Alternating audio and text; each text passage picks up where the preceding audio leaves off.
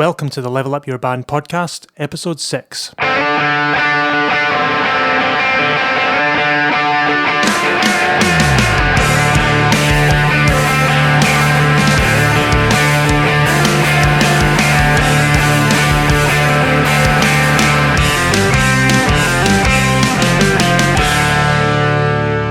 Hello, welcome to the Level Up Your Band podcast. I am Gavin Patterson, and with me I have Julian Bombo. Hey.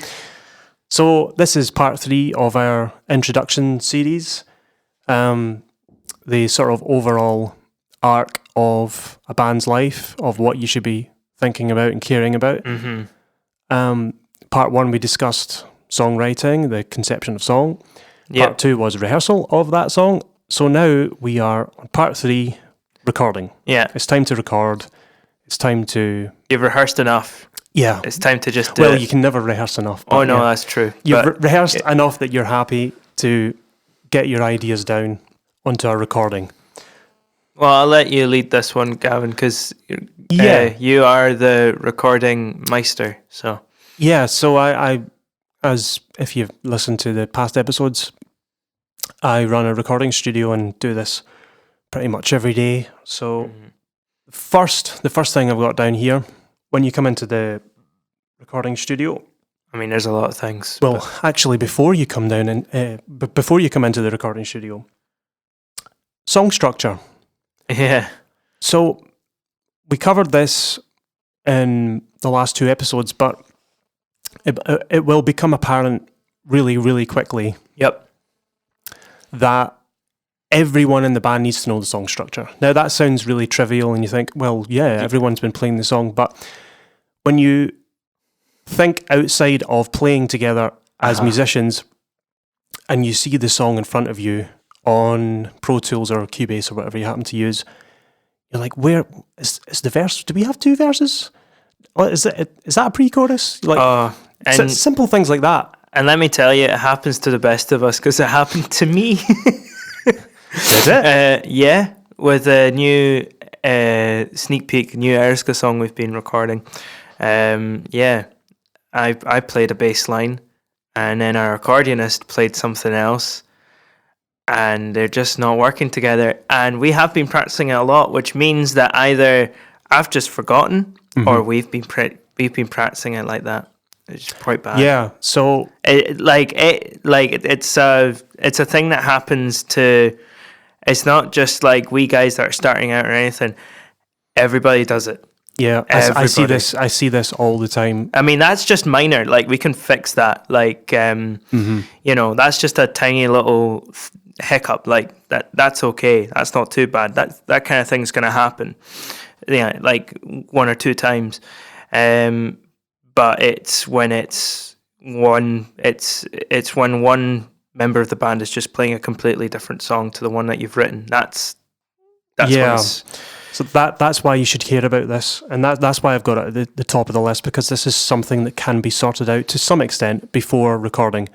But obviously there are some things where there's like the odd chord here or there that maybe one person was playing differently or a different inversion from it's the other hard. guitarist. It's hard when you're a bass player because you're just like, I'm just playing root notes. Like it sounds fine to me, but like if you can't hear like the rest of what's going on, sometimes it can throw you off. But I would say like 50% of the time when I'm recording a band, but I would say about half the time, I end up hearing something like the 2 guitarists are playing two different chords, or the bass player is playing a different root note just in a different key. Yep, different key or whatever. But and no one noticed, and it wasn't a musical. Sometimes it is a musical decision where the bass player will play like a third or a slash chord or something, and that's fine. But occasionally it's not intended, and then when you say, should you play a D there instead of a G? And then they do, and it's like, oh yeah, that's exactly that was what was wrong. Like, and that's fine.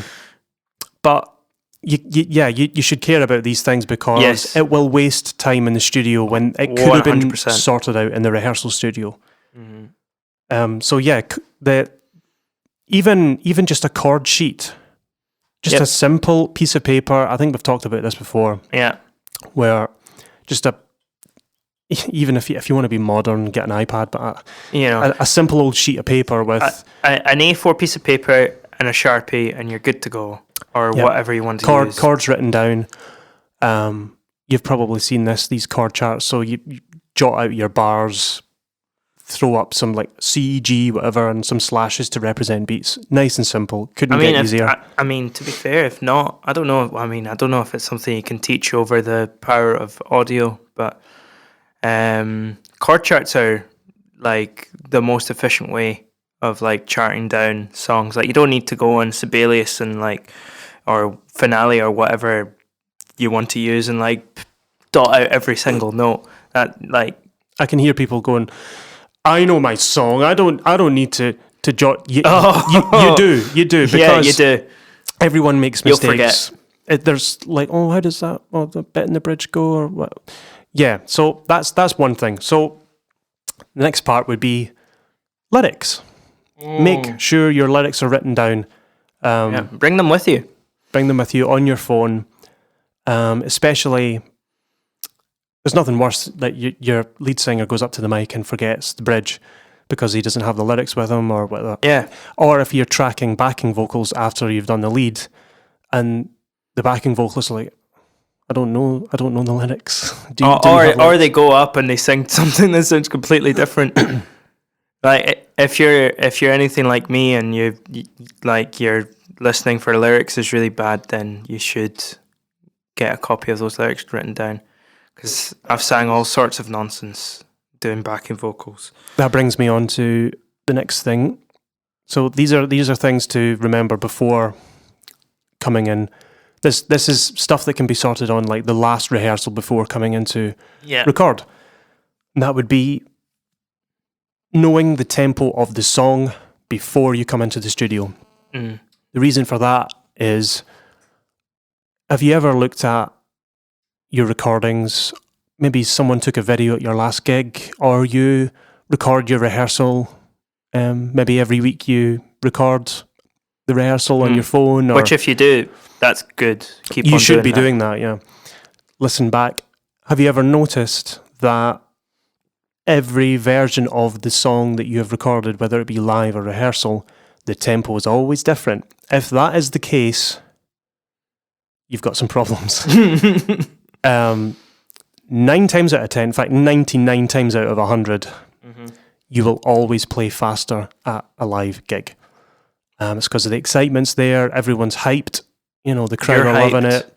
Yeah, everything's fast. And what happens is sloppy playing, because those riffs were not meant for fast tempos. So you play really badly. It feels great at the time. You think, oh, that was such a good gig. And then you watch the video back and you go, oh, that was disgusting. Oh, yeah. It happens to me even to this day. Yep, me too. You hear your footage back and you go, what was I doing? Yeah. The tempo's all over the place. It's really bad if you're a drummer as well, because it's your fault, mostly. So you've to be super aware of that. But if you can agree with your bandmates on a tempo, whether you're in rehearsal and you go, right, what is the tempo of this song? Let me just clap it out. Or maybe we'll put a click track through the PA and we'll kind of play along roughly and go, yeah, that feels about right. Okay, 130 BPM. That's the tempo we're going with. So you should tell your sound engineer, your producer, whoever is recording your music in advance, that is the BPM. So everything is all good to go before you arrive. And it means that when you arrive at the studio, the session is all set up with the tempo ready, the click tracks ready. Yep. Because 9 times out of 10, you'll be playing to a click track in the studio. Yeah. So you want it to be accurate. You do not want to come into the studio and then go, oh no, what's the tempo of this? Oh, I don't know, like 120? Okay, yeah, we'll go with that. And you don't get a chance to try it out. Yeah. In the studio. You just have to go for it. And then you finish the song and you go, oh, it feels dead slow. It's not. It happens so often. Yeah, it's not even that hard a thing to do. Like, if you've got a phone and you've got a metronome on your phone, a lot of metronome apps have like a tap tempo Yeah. feature. So just just get your drummer to like while you're playing it, just tap tempo as well on the phone, and then bang, you got a tempo. Yeah, there's an Easy. app. There's an app if you've got an iPhone or an iPad. There's loads of free apps for metronomes, and they're all great. Yeah. The one that I've been using, Soundbrenner. That's what I use. cool. And mine's slightly different. Let me just get it up. One that I use, because I'm an Android peasant, is Sound Corset. So it's a tuner and a metronome at the same time. Oh. Yeah, so take that, Apple. No. So, one last thing to think about before coming into the studio, and this is the bane of my existence as a sound engineer. Okay, so you've tracked the drums.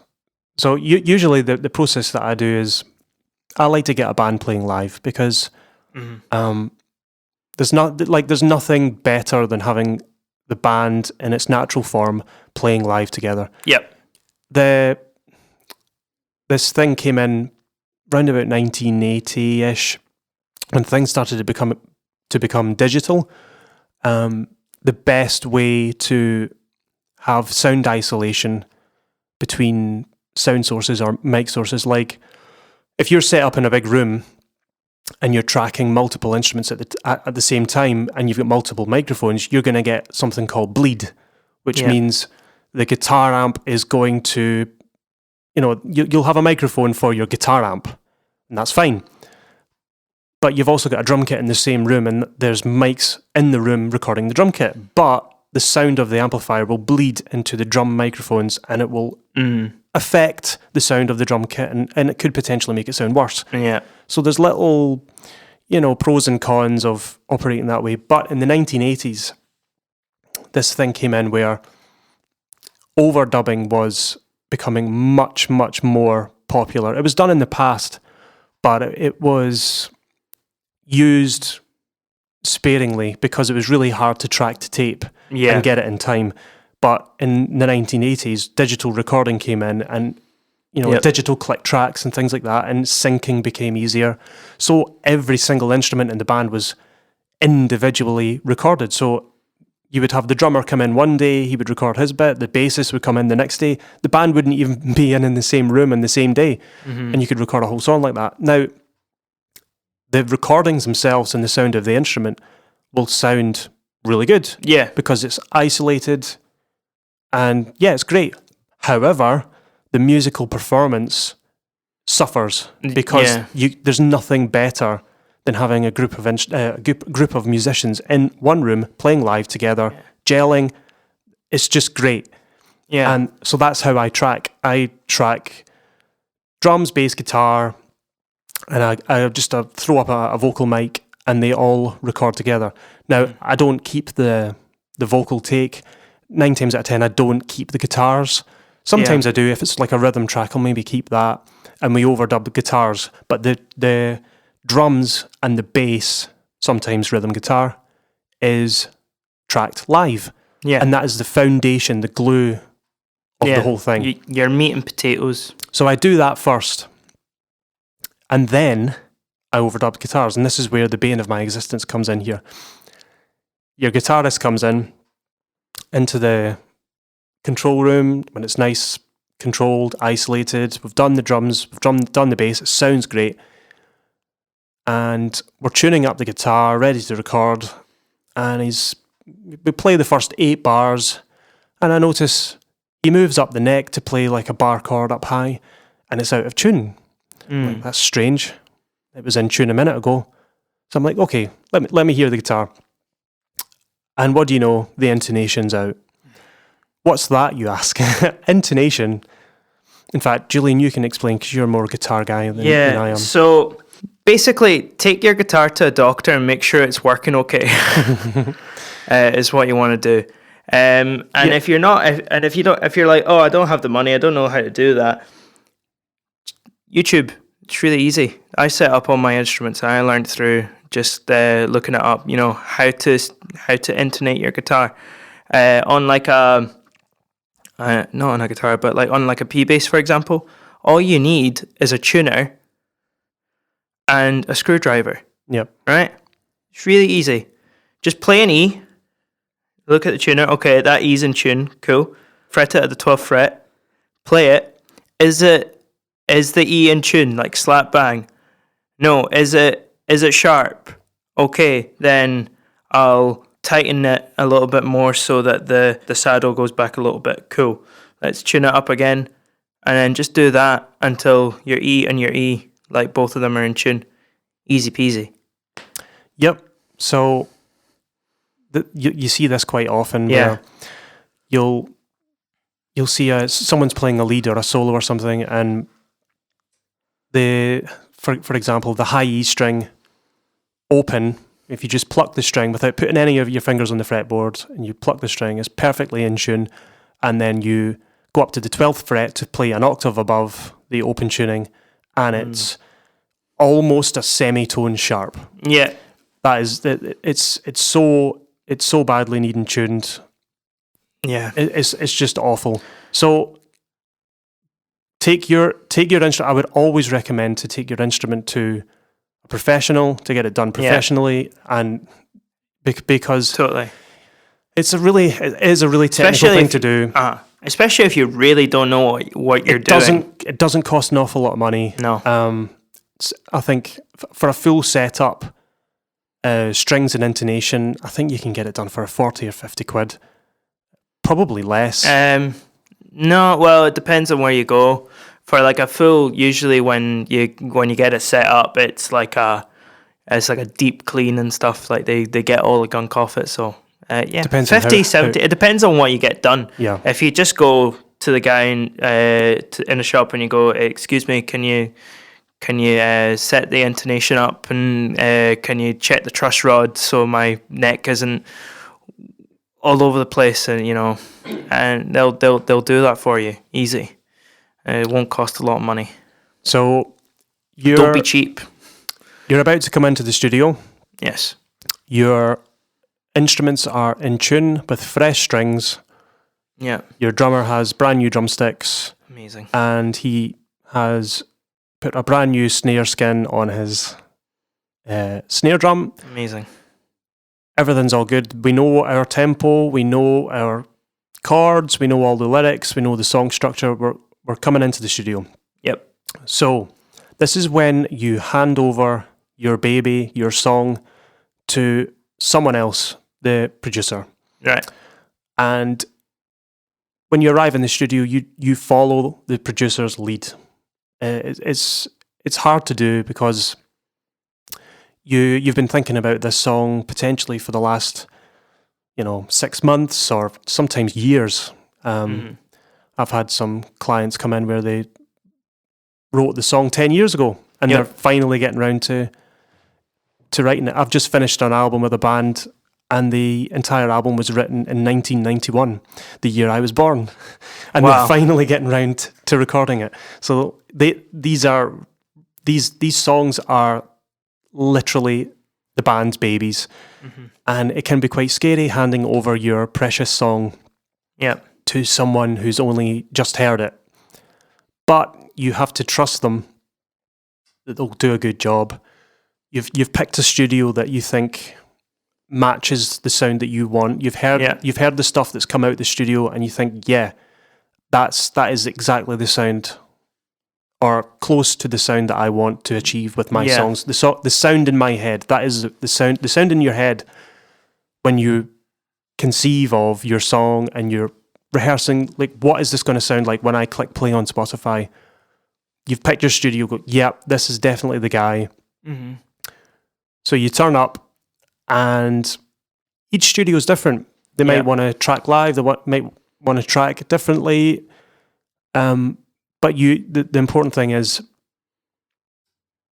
just allow the process to happen. Don't feel like you have to be too involved. Like, pass off some of that responsibility and let someone oversee the project.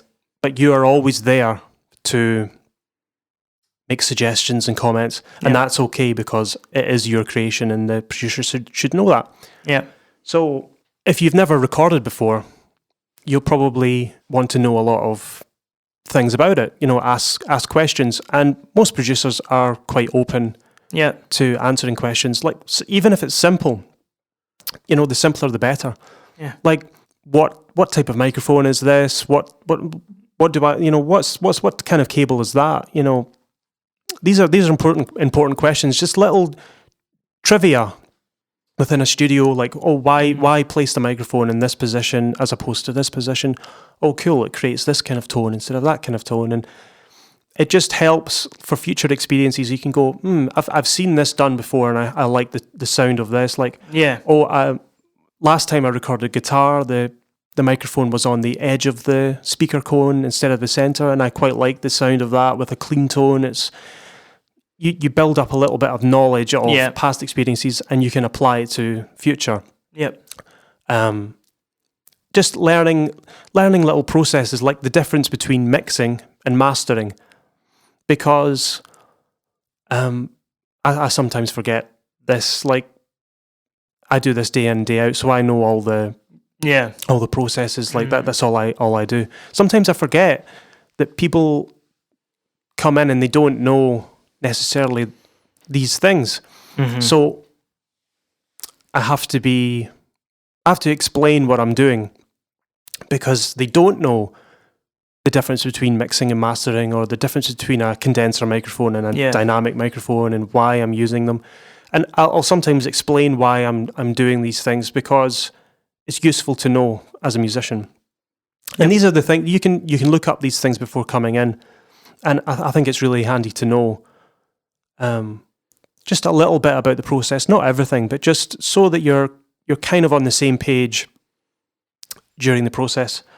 It's a good way to make friends with the producer as well. Yeah, you can just be total gear nuts and just talk about gear all day. Just be a human being and like interact, conversation with the person you're working with. It's a good thing to do, because rather than coming in and just being, silent, and just exactly playing, and then not asking, or because then it can also lead to really interesting, like you could say, let's go back to the whole microphone thing. Let's say you've asked about a certain microphone. You could also go, well, what would it sound like if we used this or that? And then that can lead to experimentation, and then it gets fun and interesting, and then you maybe end up getting a sound that you didn't know you wanted. Just leads to interesting outcomes. That makes me think something that I really like to get from artists. A reference song, reference track, or a reference artist. So I'm going to be recording overdriven guitars on this song, and I like the sound of the overdriven guitars on this song on Spotify. Yeah. Can we get something close to that kind of sound? In the chorus, I like backing vocals. We're going to record backing vocals in the chorus. And I really like widespread, big backing vocals with harmonies, really big stereo effects. Or I like a really aggressive, punchy drum sound. These things you need to communicate to the producer, during the process, because like they can hear the song and they can interpret your song by themselves, but they need a little help. Yeah, they're not mind readers. Yeah, because they could go down a path that you don't see. So you need to tell them your vision. Like if you're hiring a person to do artwork for your album, and all you do is say, "Oh, we want artwork for the album. Here's some music from the album. Go." Now, I mean, that's an interesting way to do it. If you want to do that, then go do that, just to see what they come up with. But if you're like, I want it to be kind of dark and moody, kind of these are the themes like this is what the songs are about, like, or I want it to be bright and open. Tell them genre, because if you don't tell them anything, like say you're like a black metal band, and you don't tell them anything, they might just you might get something that just doesn't match up. Translate, like, so it's all really important.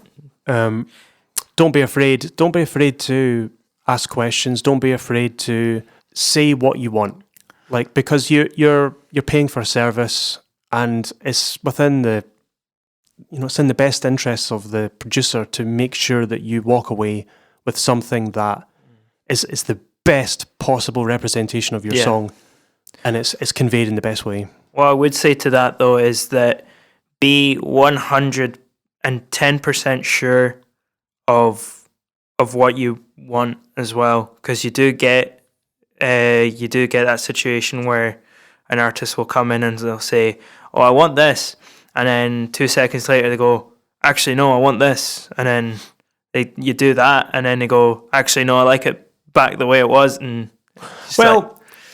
I think it's okay. I'm going to disagree a little bit. Mm-hmm.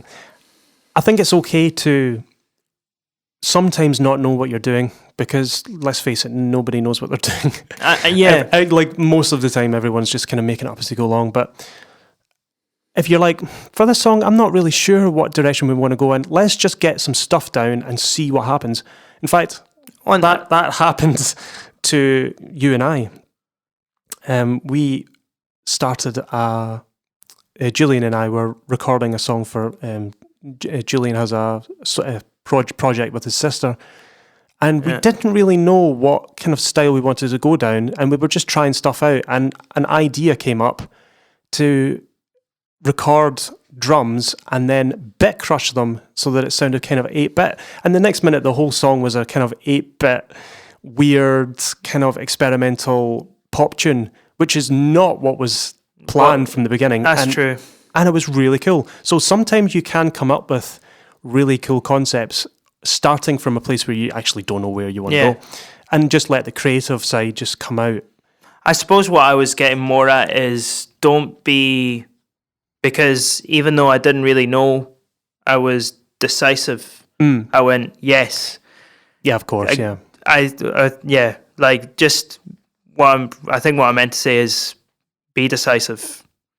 Yeah, okay. Yeah. Once you've made your decision, make the decision. Because once you make that decision to go down a certain path, now if you get to the end of that and you're like, oh, maybe it wasn't right, then that's okay. But you have got other songs. Like if you finish your song, it's fully recorded and you've got that style. It's maybe 90% of what you wanted. It's your first time in the studio and you go, right, okay, we'll take this as an experience. We've got a song, it's pretty good. I kind of know the process now. So next time we come in the studio, I've got a better idea. Yeah. See, it's not a bad thing that your first project is like, okay, we've got something out there. It's maybe not quite there where I want the band to sound. That's okay, because you've got more songs. You can release another EP or whatever, and each time you release something, it's you can get closer to that thing that you want. This brings me on to a Bill Gates quote, which I love, when talking about trying to perfect that sound to get that absolute. That's exactly what I want in my head. It's a bad thing because, and this is the quote, perfection is the enemy of done. Yeah, that there was I can't remember who it was, a famous producer or something. I can't remember their name, but someone said, "I do not finish the album; I release it." And you could tweak and tweak and tweak and tweak forever, and it would never be finished. It would never be perfect. You get to a point where you're like, yep, I'm happy. Let's release it. Move on. Get the next one in and just keep the ball rolling. There's nothing worse than say you've recorded and mixed your album. It's been 2 months. You're sitting with it and you're going, maybe turn the guitars up a little bit, or maybe a little bit more overdriven here. Tweak. 6 months later, you've still got nothing released. The song is not getting better. It's actually getting worse. You're self-sabotaging. Yep. Move on. Release, move on, get on to the next track. Release, move on, get on to the... Just keep going, keep pushing out. Because that tiny little, 0.1% that you're trying to squeeze out of your song, it's really not important. It's not the difference between winning a Grammy and not winning a Grammy. It's tiny little details that only matter to you. No one else cares. The most important part is, did the message of the song get conveyed in the recording? And if the answer is yes, release it. And if the answer is no, then you need to diagnose what's wrong. Is it the production? Is it the song itself? But this is why we're talking through this entire process, all the way from songwriting up to gigging, is to try and catch these problems before they rear their head. Because if the song is bad and you take it right up to marketing and no one likes it, is the problem, was it badly rehearsed? Was it badly recorded? Or was it just badly written? And that's why you have to put these steps in place so that you can catch, maybe this doesn't need a bridge, or maybe this verse needs a more fluid harmony, or a nicer melody. So perfection is the enemy of done. Yeah. Sometimes perfection is just not possible, and you just need to release it. Yeah. So that, and just talk to people, is the other message of this bit of this episode. Talk to your sound engineer, get to know them. They won't bite. Well, sometimes they do. Sound engineers get a really bad reputation for being grumpy old men in man caves. It's because a lot of them are grumpy old men in man caves. Yeah, well, you can just picture your sort of sloth wearing a black t-shirt, sort of greasy hair, slightly overweight. Studio's a mess. They're just really snarky. Yeah, we get a bad reputation. Yeah, but we're not all like this. Yeah, just like bass guitarists give me a bad reputation. Anyway. So this brings us on to something we probably should have talked about earlier. Yeah. It's something called red light syndrome. Oh boy.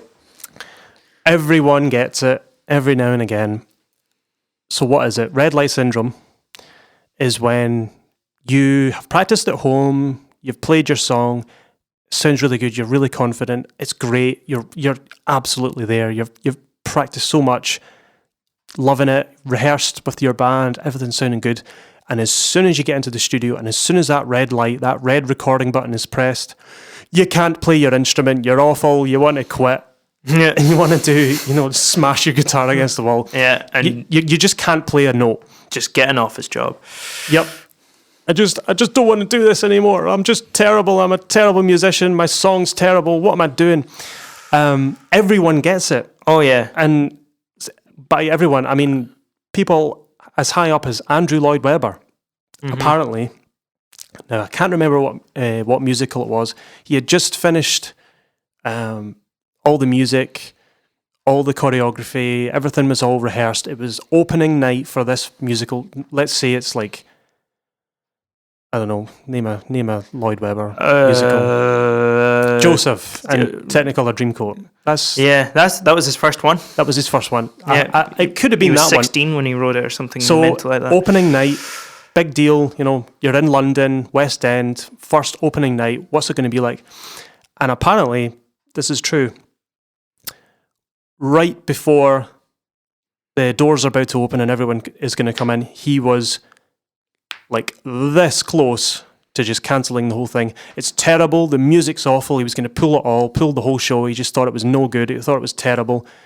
It was a form of red light syndrome. It's like when the push comes to shove, when it's actually time to get your stuff out there, you get this thing called impostor syndrome.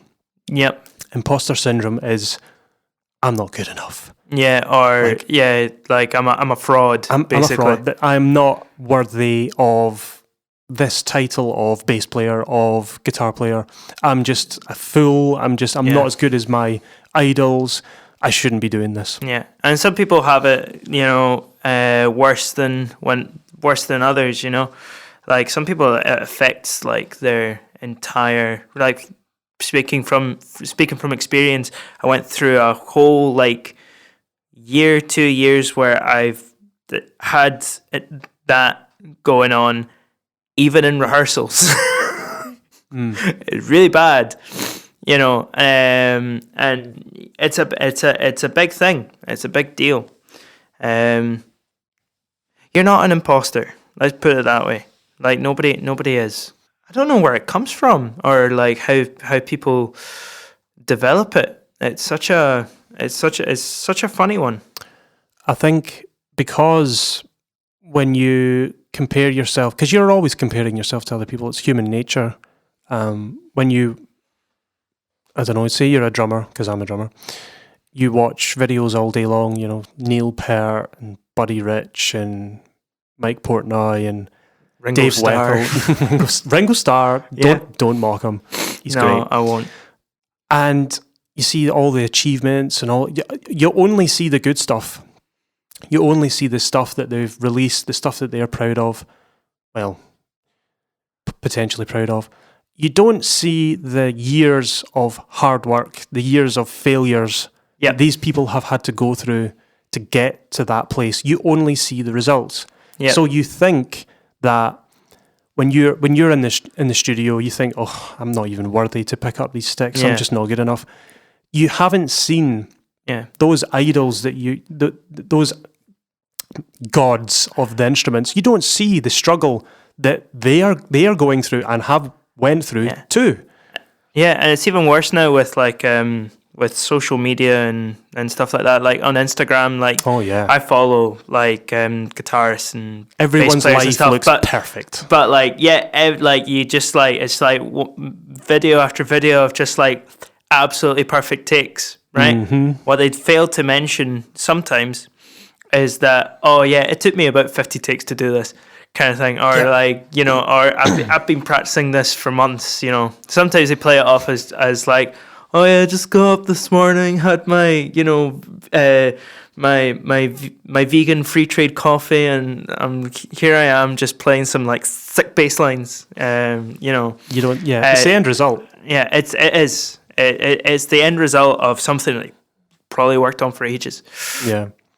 So stuff like that definitely doesn't help, because you suddenly get this idea of like, like you're not allowed to have failures or make mistakes. And every band in existence has had to grind at some point. Oh yeah, even the Beatles. Oh yeah, had to play to bar staff at some point, just empty rooms. And even they're like, because obviously it was a different ways of recording back then. I was looking at so my mum has this very interesting album which is like alternate takes of Beatles songs, and it lists how many takes like these songs took. It's like 13 20 takes. It's more than that. It's like way more than that. Please Please Me, the first album, I think it's either Love Me Do or She Loves You, was like the take they went with was like take 56. Like it's mad. It's absolutely mad. It's like a full day to track one song. I think actually in Please Please Me they tracked the entire first album in one day. Yeah, mixed, mastered. The whole thing was done in one day. I can't remember. I think on Love Me Do, there's an alternate take that's on this album that my mum has, and it's Ringo Starr originally playing the drums, and they ended up having to get another drummer for the one that got released, and Ringo is just like sitting in the corner like playing a tambourine. I think it's the other way around. I think the alternative track was. Was it? Yeah. I think the one we all know is Ringo. Oh right, okay. But there are other takes of other drummers. But it was Love Me Do that during the recording process they realised that there was a harmonica solo, and then it goes straight into the chorus. And of course, it's all recorded live, and John Lennon was playing the harmonica and then would come into the chorus. And George Martin, the producer, said, it's going to be a bit tricky trying to get, that clean. So, Paul, why don't you take the lead? And Paul McCartney stepped up to the mic and was like, oh, okay. And you can hear, there's an interview of Paul McCartney online. I can't remember where I saw it. But he talks about, you can hear how nervous he was on that first day, because it's like, love me do. Because he's so nervous. And even Paul McCartney had that little bit of imposter syndrome. Like, I'm not the lead singer here. This is John's song. I don't know if I can do this. But he did it. Yeah. And he moved on and has recorded like so many songs since, and had to move on from that. And that's the only thing you can do with imposter syndrome or red light syndrome.